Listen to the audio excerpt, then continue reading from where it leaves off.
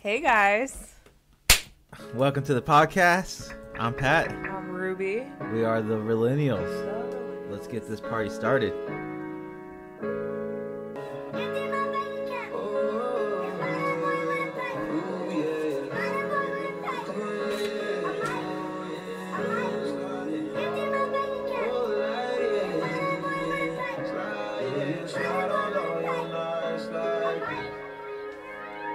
That's that new Calvin Harris. Part of my job. We started using ZipRecruiter.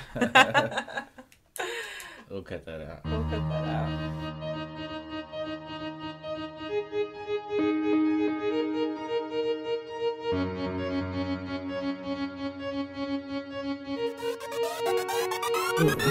Richie Rocks.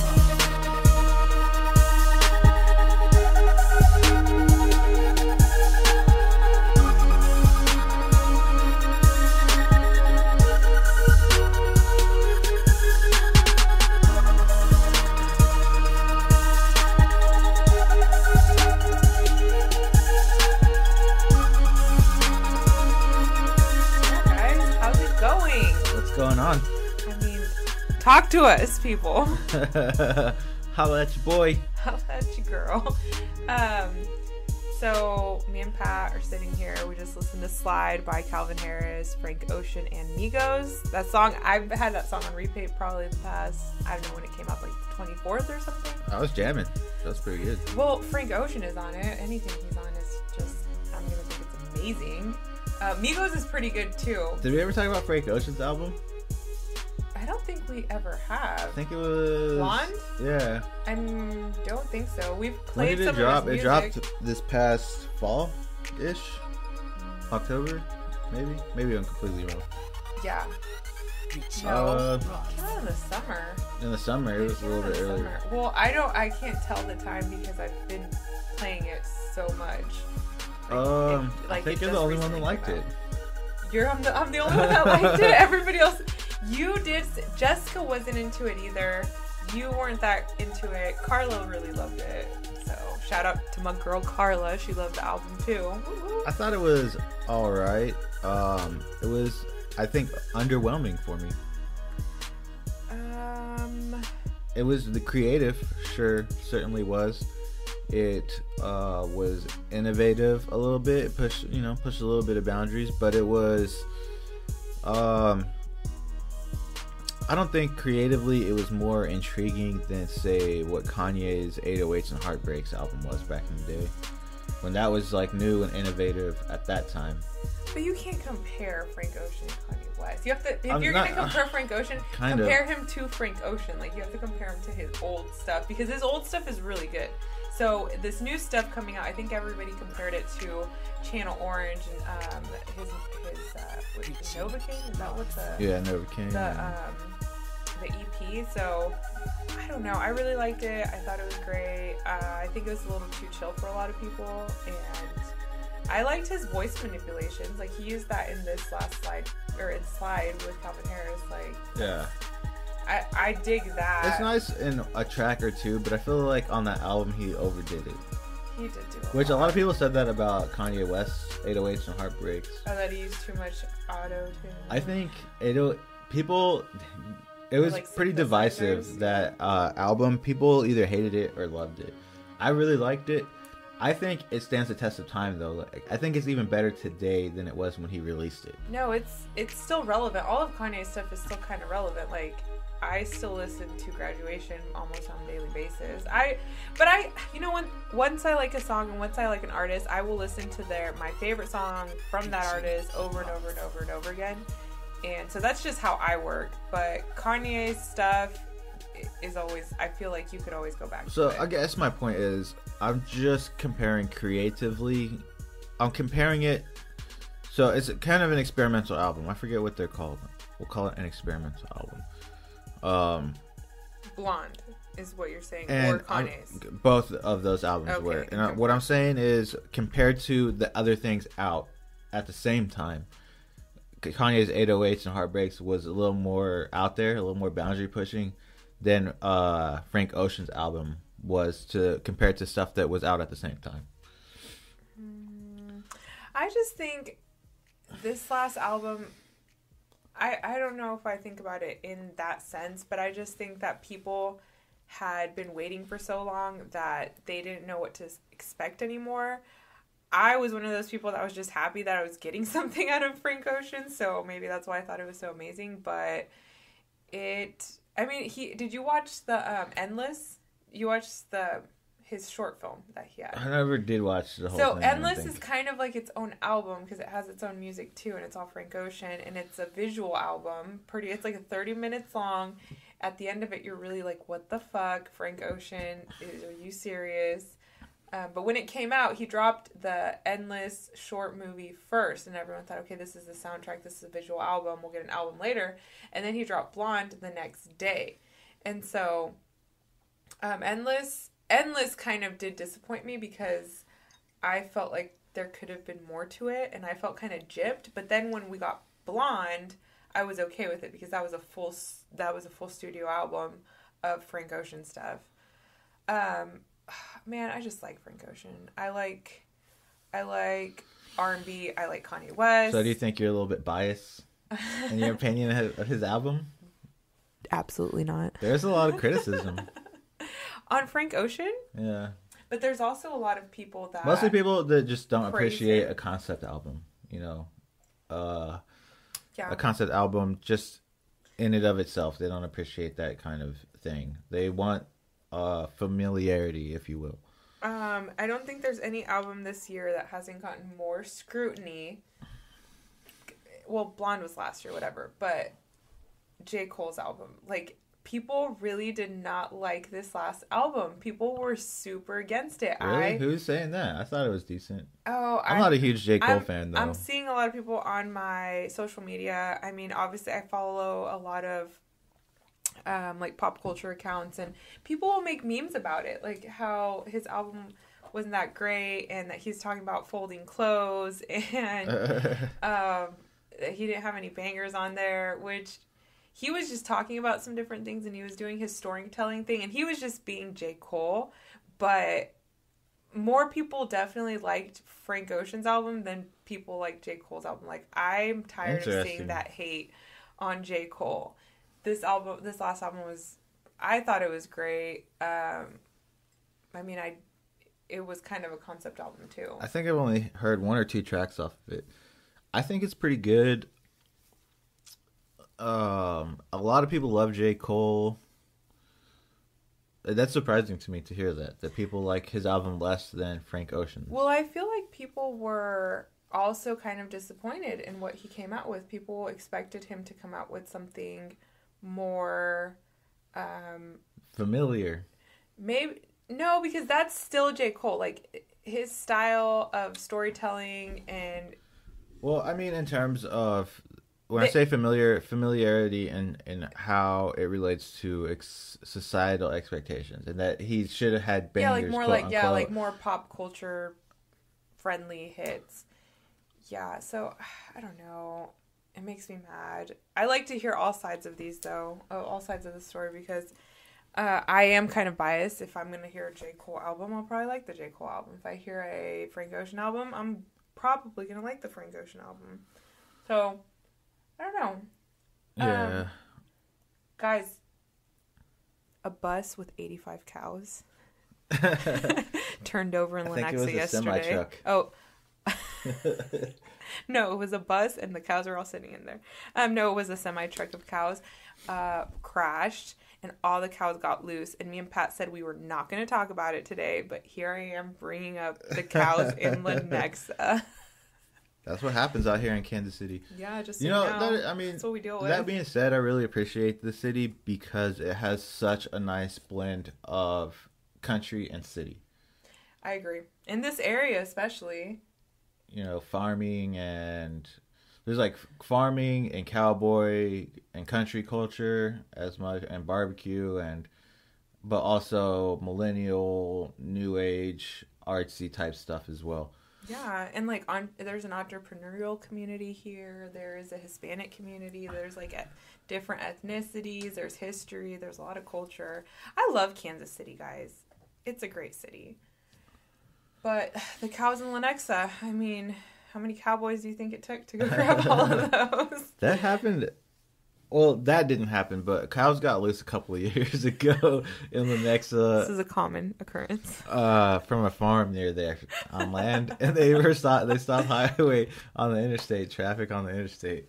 Oh my! It's like, man, I love that can happen, and it was just a funny thing.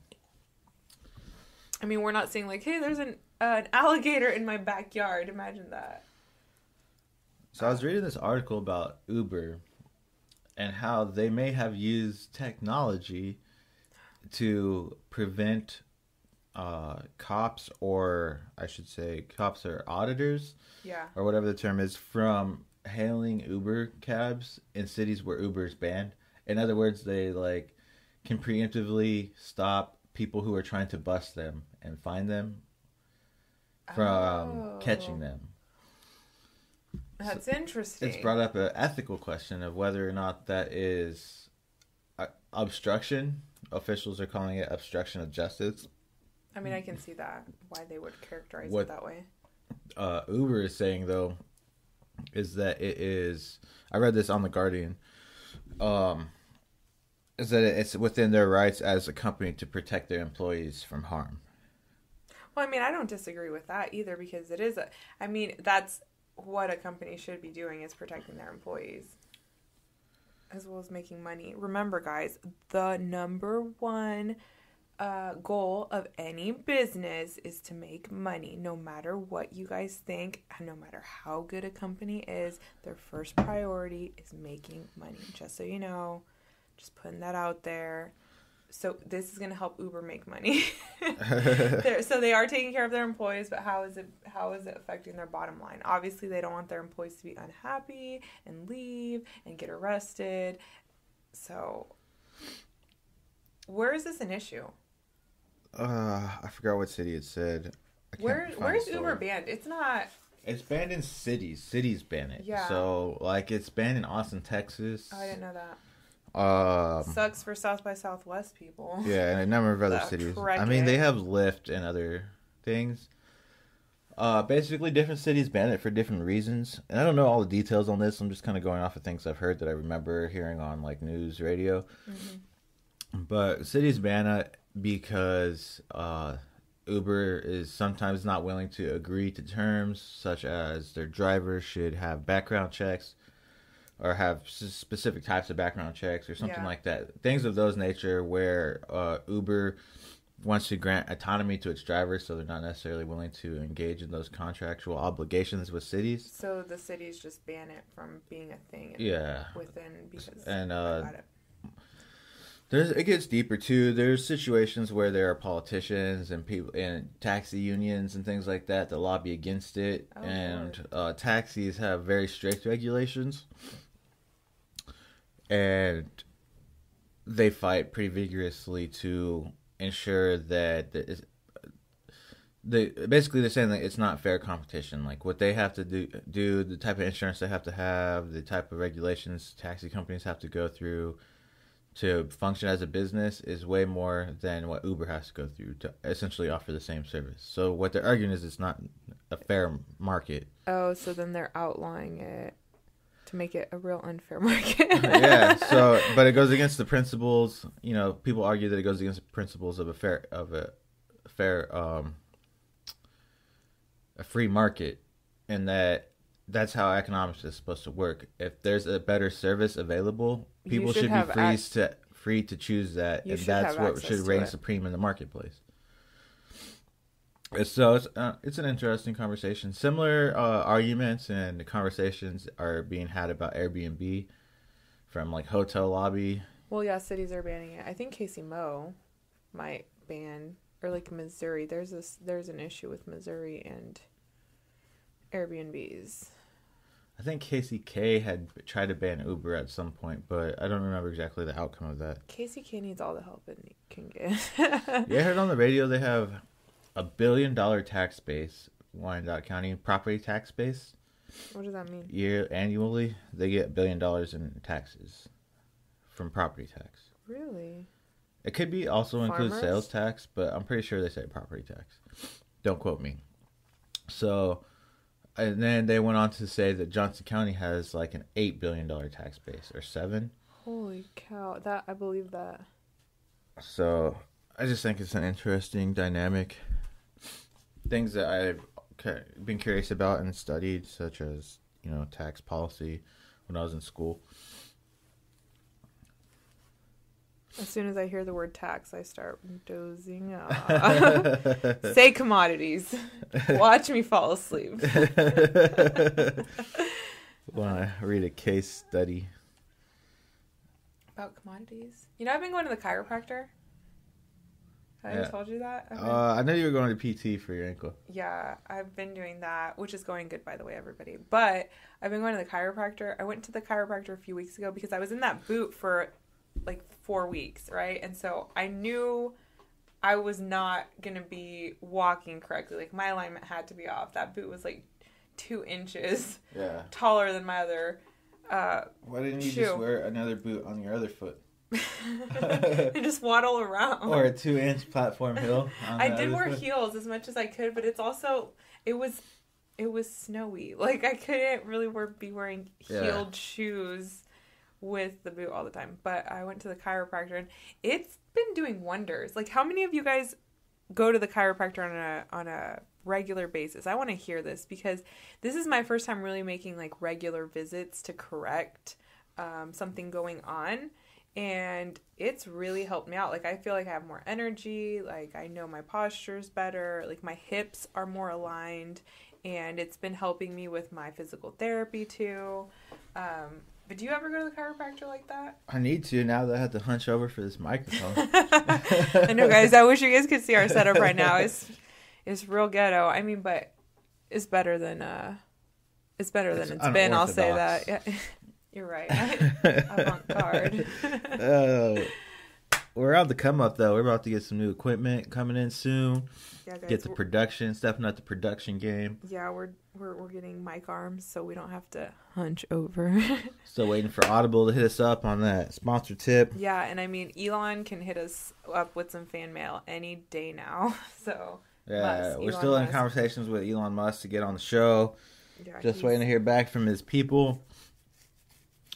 As you can imagine, he's pretty busy, but he might swing this way, or we might just have to do a video conference with him. I mean, it's whatever he wants. We're waiting for him to get back with us. Call us Elon. So actually, we do have something to talk about. Me and Pat were kind of worried that we were like, well, what are we going to talk about today? It's a Saturday afternoon. We're hanging out. Like, it's so beautiful. It is so nice outside, and here we are making a podcast. But so the Oscars were last week, right? Oh yeah, the Oscars. So let's talk about this Best Picture thing. So that's hilarious. I did not watch the Oscars because I was busy, but I did hear, that La La Land won, and then all of a sudden, just joking, MoonLight really won. Yeah, so, MoonLight won. I actually watched La La Land that day to see if it deserved Best Picture, because that's what I kept hearing, is that it deserved Best Picture, and I didn't know how to feel about that movie. I kind of left pissed off. Pat hasn't seen it, but me give a review about it. So, it was beautifully shot. I love Ryan Gosling. I can't say enough about that. Let me go on for another minute. He's beautiful, and he's talented, and he sings really well, and he's just such a good actor, and he's funny. And Pat's laughing. But anyways, but I like him and Emma Stone's dynamic, so I thought it was going to be great.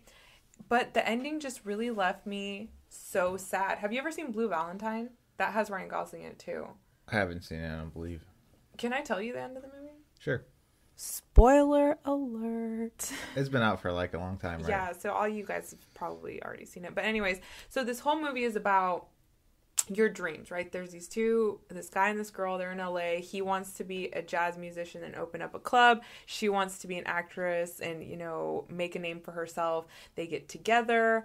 They are living their life, trying to achieve their dream. She's going after her dream. Like, she's struggling. She's making things happen. He gets a job and it gets into a band doing jazz, but he's kind of like selling out a little bit. So she calls him out on it throughout the movie. She's like, hey, I thought you were going to open up a jazz club. This is Blue Valentine, right? No, this is La La Land. Oh, okay. Don't spoil it too much, right, for our listeners who haven't seen it. Well, I said spoiler alert. Anyways, but...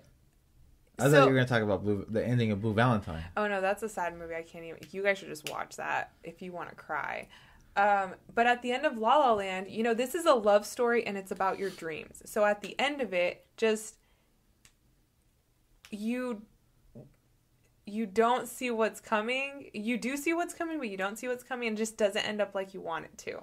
And but it's good. It makes a point, but it still doesn't end up like you thought it was going to end up. And so it's kind of a metaphor for life. Exactly. And that you will struggle and you want to accomplish your dreams, but it will probably not end up how you want it or expect it to end up. Well, okay, so these two people are in love, and they end up achieving their dreams, and you see it, and you see them get what they wanted, but they don't do it together.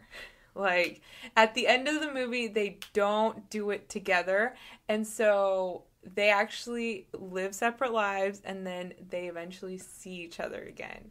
And they have like a montage at the end of the movie that shows their life, what it would have been like together. And they both are living their dream, but in that moment that they like saw each other again, they like lived out how it would have been if they would have been together. So it's like, did those dreams matter, or was that the dream, the person that I just like felt so sad because I didn't end up with? Interesting. Like, so you think, you know, is the dream being with somebody, or is the dream like the dream that I wanted? It got a real strong reaction out of me. I took my big brother's big sister's little, and I was like, hey, I'm sorry, but I don't know how to feel about that movie. Like, she was like, yeah, it was okay. It got a strong reaction out of me, because what if you achieved all your dreams, everything you've ever wanted, and then in that moment you realize that maybe that's not everything you ever wanted. Maybe it was a life with this person you're just seeing, or, you know, it's like you reconsider that's some the things. consequence of your decision making, right? I mean, they chose to not be together, right, in order to pursue their dream. If your dream, and that's true. I mean, maybe in retrospect you can regret your decision, but you have to accept that there may be regret in the future for this decision now in the present. Yeah, people never think about that, I'm sure, especially young people. No, but the movie was beautifully shot. It was a musical. Ryan Gosling sang a lot, which is But I'm lovely. Of the disposition that true love can exist more than once in a lifetime. Like, if you find someone you have chemistry with, maybe that the chance of that happening is pretty rare. Like maybe once every 5 years potentially, and a lot of it's just fate. Like, you have to just randomly meet at the right time and place.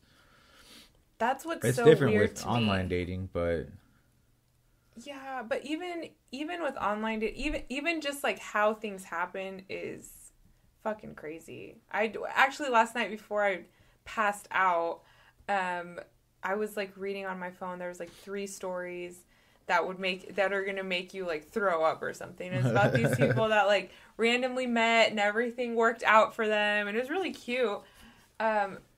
But those things happen like on a daily basis. People meet and they achieve their dreams, and they didn't end up together. Like, I actually do think that you can have multiple like soulmates. I think it's a lot of people maybe just find one of them. But I think you can have soulmates that aren't like romantic soulmates. I think you can have soulmates that are like end up being your like siblings or your best friends or just like mentors in your life. I don't know. You should watch La La Land though. I think we need to watch MoonLight. I watched MoonLight. You watched MoonLight? How's MoonLight? MoonLight was pretty good. Like, it's pretty fantastic. So what was it about? Tell me. And I don't care if you spoil. The music was really good. The soundtrack was good. It was shot pretty well. Pretty great cinematography. The storyline was interesting. For me, growing up poor and a minority, you know, it seemed to me like like I can like that's a relatable story to me, like very very relatable to me. Yeah. So I'm kind of torn between appreciating the fact that it won an Oscar, and like that story that is close to me in terms of growing up poor and things like that. It to me it's too obvious though. The other side is that I feel like, oh, this is a story that I'm familiar, like duh, like this is an obvious story that people deal with, but people, I guess the majority of people don't experience that, and so it's like shining a spotlight on it. Well, what's it about? What's the story? What's the plot? I really don't know much about it. Okay, so spoiler alert for MoonLight. It's about one person and his life, and how he deals with poverty, how he deals with bullying, how he deals with his sexuality, and the fact that his mother is addicted to drugs, and the environment that he grows up in, and like what, and so like how he overcame all of those. How he obstacles. Just his experience, and it was kind of cerebral and a little bit depressing. The music was brilliant. It was a very brilliant soundtrack, and the cinematography was wonderful. All the colors and the acting was on point. Mahershala Ali won an Oscar for Best Supporting Actor for it. And he was in it. And so, without giving too much of the plot away, he experiences these things and deals with that. And it's a very difficult thing. But for me, it's like obvious, like duh, like millions of people experience that, and it's like, is it poverty for sure? I feel like they're using that experience as entertainment for like the upper class people to be like, ooh, oh my god, I got to experience that for like 2 hours and feel some sympathy for that, or some empathy. That's also the point, though. You do want to get that point across to people, but it is kind of like, okay, this sad story that's happening to millions of people, it's just won an Oscar. Like that's the acknowledgement that gets. But really, they're giving the Oscar to the storytellers of this. So true. So I'm a little bit torn. It's like this is a reality of millions of people. Like it's not just like it shouldn't just be entertainment for people. No, it's real life. But that being said, the producer and the guy that wrote it, it was somewhat loosely based on his life experience. Oh. And so, and they put it on a platform, a pedestal that was just a really fantastic film, very well made. I really enjoyed it. Oh, is that what you watched last week? Yeah, I watched that, and no. I watched John Wick when I went to the movies. Oh, it was John Wick 2? Yeah. How was that? But I watched Arrival and MoonLight. Oh, yeah, you did tell me Arrival was good. I watched Arrival when it came, I think the day it came out, we went out and watched it. Arrival was fantastic. It's a sci-fi movie. Spoiler alert on that, too. Spoiler alert. I won't give too much away, but I'll give a little bit of the plot line. It takes the concept of time and really makes you evaluate it. And forces you to try to look at it in another light, essentially. Mm-hmm. Also, but it's rather profound, and you're kind of left scratching your head. In fact, I was kind of like, that was weird. Like, when it was done, I didn't know how to feel about it. And so I was, it was kind of stupid and funny, I'll admit this. I was getting ready to post on Facebook, like Arrival was alright, I didn't get it. Like, I don't understand all the hype. But I was like, let me read a review on it and just see like an analysis of it. And I read that analysis, and I was like, oh my god, the movie was really good. Like, I read it, and now I just understand it a little bit better. Yeah. Because I was like, I don't want to rewatch it. No, but like I do eventually want to rewatch it. Yeah. But I was like, I'll read this article in 10 minutes versus trying to rewatch it and really try to take it in again. But the format, it goes back and forth, so it is difficult to kind of decipher throughout the movie like exactly what's happening, because you're seeing her like in the past and you're seeing her in the future, and then you're seeing her doing her thing with these aliens that arrived. It's aliens, guys. Yeah. It's a sci-fi alien movie, but that part's known. So that was why I was kind of confused at the end, because I felt the same way. I was like, wait, I really have to think about that. I have to let that one sink in. So you've seen Arrival? Yeah, I've seen Arrival. Okay, I didn't realize that you've seen it also. No, I saw it the week or the day it came out, because we went to the movies. It was like me, Eric, Edgar, and Danny, we all were like out downtown, and we're like, let's go watch a movie. Yeah. So we watched that one. Cool. But, I didn't know. So I was trying to explain it without ruining it for you. So I didn't realize that you had seen it. No, you don't have to ruin it for me, but for the listeners. Yeah. So, okay, we talk a little bit more in depth, hopefully without also revealing too much about it. But the whole concept of like the time thing and how it affected her and their interactions with the aliens was pretty profound. But like, as any good science fiction movie, yeah, whether it's aliens or zombies or whatever, like how good it is dependent on how the story of the humans is. Yeah, it's true. It hinges on that, and it's like I thought they did a pretty fantastic job with, like, the movie wasn't even about the aliens, it was about the people and their interactions, and it's like, wow, it's still so profound. Like the concept of time, in my opinion, was more profound than even the idea of the aliens visiting Earth. Yeah, I was like, wow. Well, and I think they use the aliens as a delivery method for how they got that point across about the time and space and like communication and just, well, and it's kind of the same thing. You know how, and guys, I don't know anything about grammar and shit. Like, it's so bad. But anyways, they say that in like I don't know, in like Mandarin, there's no future tense, right? Which I was curious about. I think we mentioned this on a podcast. We have before, talked about this where we talked about, maybe not on a podcast. Maybe we talked about this separately, but there are languages out there who don't utilize the concept of future. Yeah, they don't have the future tense. Everything is present tense. Yeah, so when but I don't want to get too deep into, because I don't want to give too much about the film away. Yeah, just watch it, guys. But I thought it was interesting that concept wasn't addressed in the film. Yeah, I had known that separately, probably from a podcast, and maybe we had talked about it prior to me watching Arrival too, but I'm surprised that they didn't allude to it either, because that is an actual thing.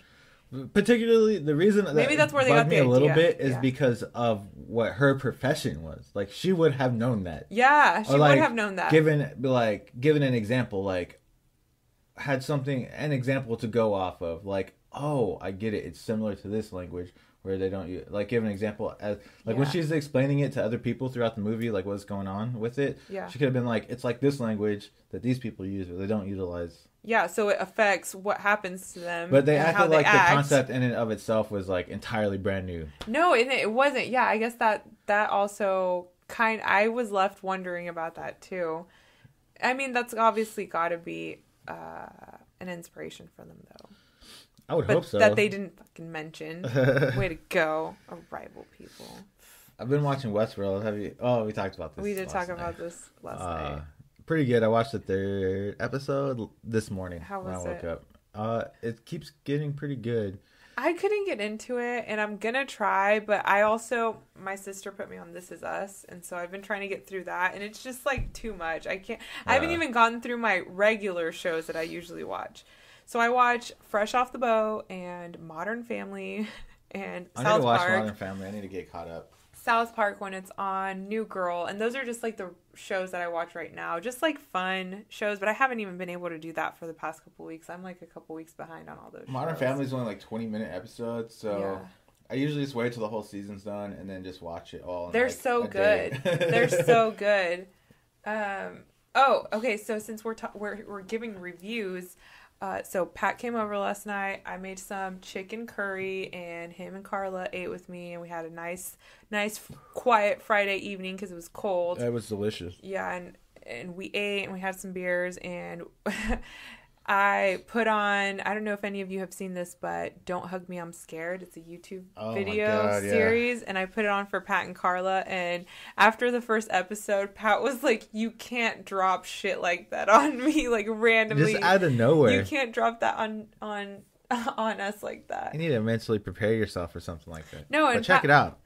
But check it out. No, and it's interesting, and it's kind of done in like a children's TV show form, like they're puppets. Yeah. But you definitely can't have kids watch it. Do not show your kids this video because it is. Also, don't do it on hallucinogens because it will ruin your life. I'm sure it will.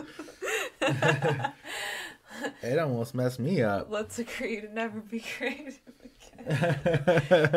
That was intense. It was intense. And it's actually very interesting because they change formats. So they are doing like a puppet style show, and then they go into like computer animation, and then they go into some like live action, and then they go into like different, just really colorful, saturated shots and a lot of detail, and they're making a statement. It's we watched the whole series. There's 6 episodes, and we went through them all, and they talk about different subjects. I mean, like death and creativity and love and death a lot.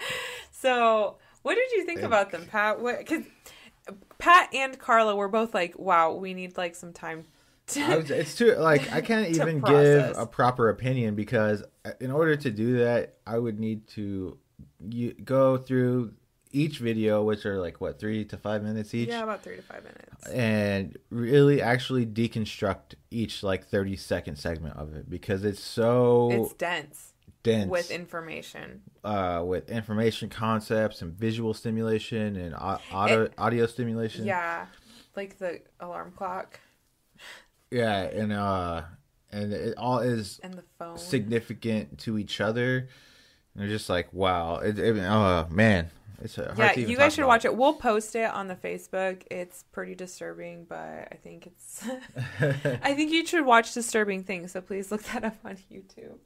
It might stimulate your wokeness. Oh, your wokeness. Yeah, everybody. We haven't said that in a while. Stay woke. Ask questions. Be aware. So actually, Pat was talking to one of his coworkers. He told me a story yesterday, and Pat asked some really good questions, and he asked him, because he was an older gentleman, like, older, wiser. He asked him what's the one piece of advice he would give to millennials, and what did he say, Pat? Yeah, he was just basically... So we were sitting around drinking a beer. We had kind of a happy hour meetup after work, just a couple of guys from work, and he was easily... I mean, he's an older guy. He's a bigger wig at my company. I don't know per se if he's one of the biggest wigs in any event.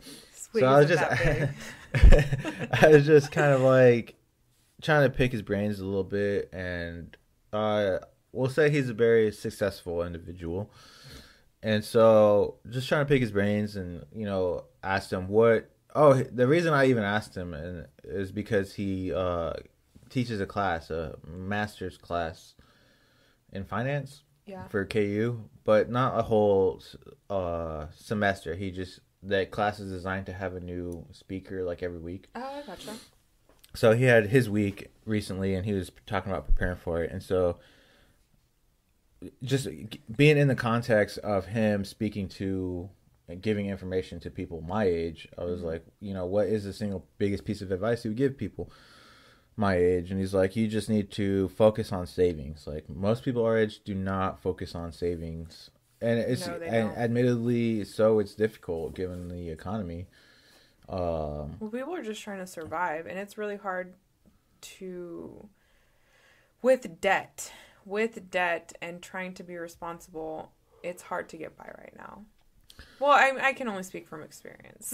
But there's definitely resources out there and things like that where you can utilize and really step up your savings game. He's basically saying that given the economy that we have, just working and saving money is not enough for retirement, was basically his plan, was basically his statement, and that focus on saving outside of that and ensuring that you have a comfortable retirement. Otherwise, you'll be screwed.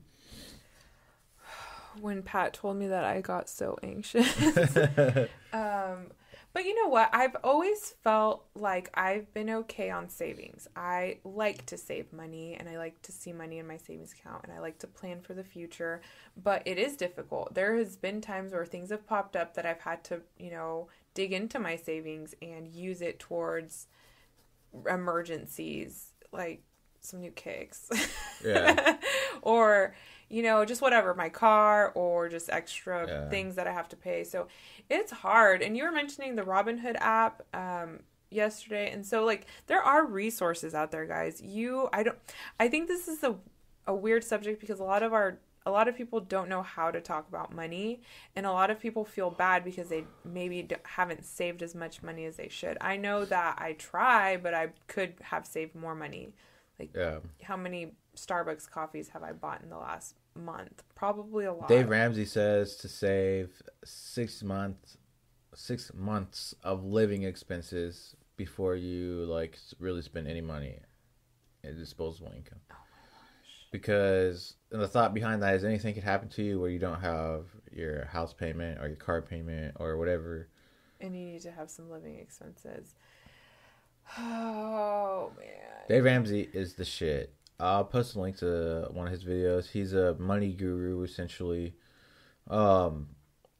which I'm not inherently all about self-help type people. Ruby is more, I would say. I love self-help. There's really good people out there. There's Tim Ferriss, Dave Ramsey. I wouldn't necessarily call Joe Rogan self-help, but I would call him self-help. He loves self-help stuff. He likes self-help stuff, but he's also just very inquisitive and answers questions. Well, and he's a comedian too, so he's doing a lot of his stuff is also performance-based. So he's like, it's whatever's gonna get a reaction from an audience. So we do have to remember. But just inherently, what he talks about kind of opens my eyes, at least, and makes me more curious. But he's into self-help and health, health for people. But yeah, there's some resources out there that can help. I'll post a link to Dave Ramsey. He's pretty good. I would say Robert Kiyosaki, what's the Rich Dad Poor Dad guy? He was a big influence for me thinking about finances, like personal finances. Spoiler alert, I have not read that book that you borrowed. Yeah. I let Pat borrow that book like 6 months ago. It's okay because I borrow books from people all the time, it's still and in then good I'm condition, like, though. well, that's fine. Yeah. Just read it. I want it to come back to me all like written up in, and I can be like, okay, well, Pat read this. That's my biggest fear is I borrow something from somebody and it like gets ruined somehow. I don't want that to happen. I'm okay with that. I have so many books. I have actually a problem with buying books. I need to stop doing it. Somebody just get me a Kindle. I borrowed from another friend of mine the 48 Laws of Power, and I never read it. I gave it back to him. I was just like, I'm sorry, I'm never going to read this. It reads too much like a textbook. It's very dense. And that's Robert Greene? Robert Greene. Yeah. And it made me feel like it was talking down to me like I was stupid. And I was like, I understand a lot of the concepts of this already, and it's too thick and too dense to make me feel that way and for me to keep emotionally invested in reading it. Yeah. Plus, I feel like... Why didn't you put like a starburst every...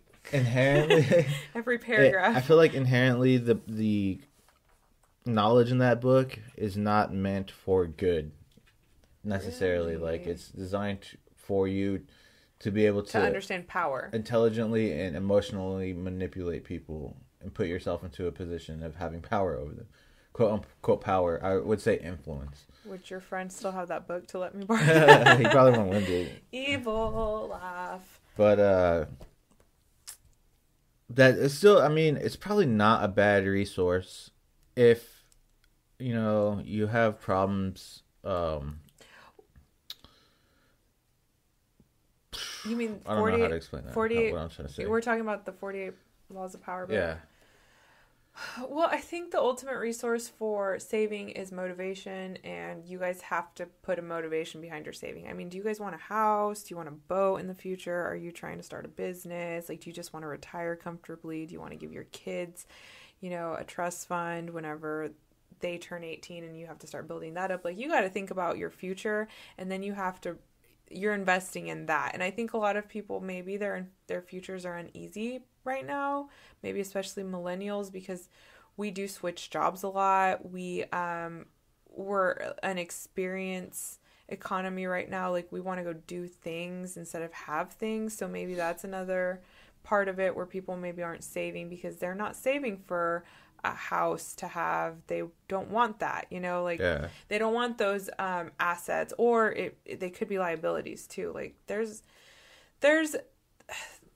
a lot that goes into it, but I do agree having a safety net is important. I think having a retirement plan is important, and I definitely don't have it figured out. I have all those things, but I mean, I'm still working on them. I don't know. I want to meet with a financial advisor, like a financial planner, and get something put together, but I don't know. It's a lot to think about. And, Pat, you're in finance, so I think it's pretty, like, that might be something that you would want to put some research in and help educate me and our listeners, because I'm still learning myself. I mean, I hear the word commodity and I just started to doze off.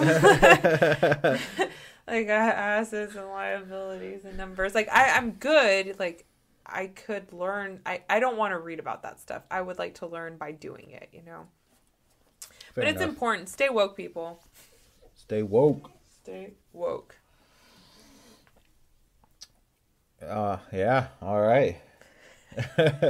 So much to cover today. Easy 2020. As I learn more and get maybe more resources put together, and I'll do that. I'll find some information about saving and put something together for the show. We could interview somebody. Guys, who out there listening, all you 4 people, who wants to be on the podcast next? Because we would like to interview somebody about these things. If you shout out to everyone who's like giving us feedback on the show and listen to it. Yeah, for real. We appreciate it. I was just really glad to hear people checked it out. I was glad to hear people were entertained by this. What we've been doing, we're trying to just keep it real and keep people entertained. We're also working on making the production better, so you just have a more enjoyable listening experience. Yeah. Canoli is actively trying to sour it for you. He's over here whining. He's being so cute though. Look. He's trying to look out the window. He's sad when he can't look out the window. Oh, Chloe. But yeah, no, thanks everybody that's listened to this podcast. I mean, guys, we're just having fun, just trying to entertain you and inform you. And thanks for listening to the stupid shit we say sometimes. And I mean, we have some good show ideas coming up soon that we're going to be working on. We do. So look forward to that. Hit us up on Twitter and Gmail at the Realennials. We're also on Facebook. We have a Facebook page. It's called The Realennials. And I think what else we have. Yep, hit us up on the Facebook page. SoundCloud. Send it. Post comments. Let us know what you think. It's nice to receive feedback from you personally. I mean, if you guys think we're trash, please let us know. But also post. I would like people to post in the comment section so that other people can see kind of what you think about it, who might be interested in listening to the show, but seeing your comments, seeing what you think might push them over to do that. So comments would be great. Feedback in any form would be great. Email as well, and even potential show ideas or topics. We look forward to any kind of exchange and interaction with people who enjoy our content. So just let us know. We enjoy doing this. Like I said, we're going to step it up as much as we can in terms of production. Yeah, we have some exciting things in the works right now. So let us know what's up. I think we're going to go ahead and wrap it up, eh? Awesome. We had a good session today, everybody. Hit us up. I'm Ruby. I'm going to post links in the description below too for some stuff we talked about, so you can check it out. Please do let us know what you think. Hopefully maybe we helped you out, just anything we talked about. So I'm Pat, and again I'm Roopster, and we're the Realennials signing off. Bye. Thanks. Bye.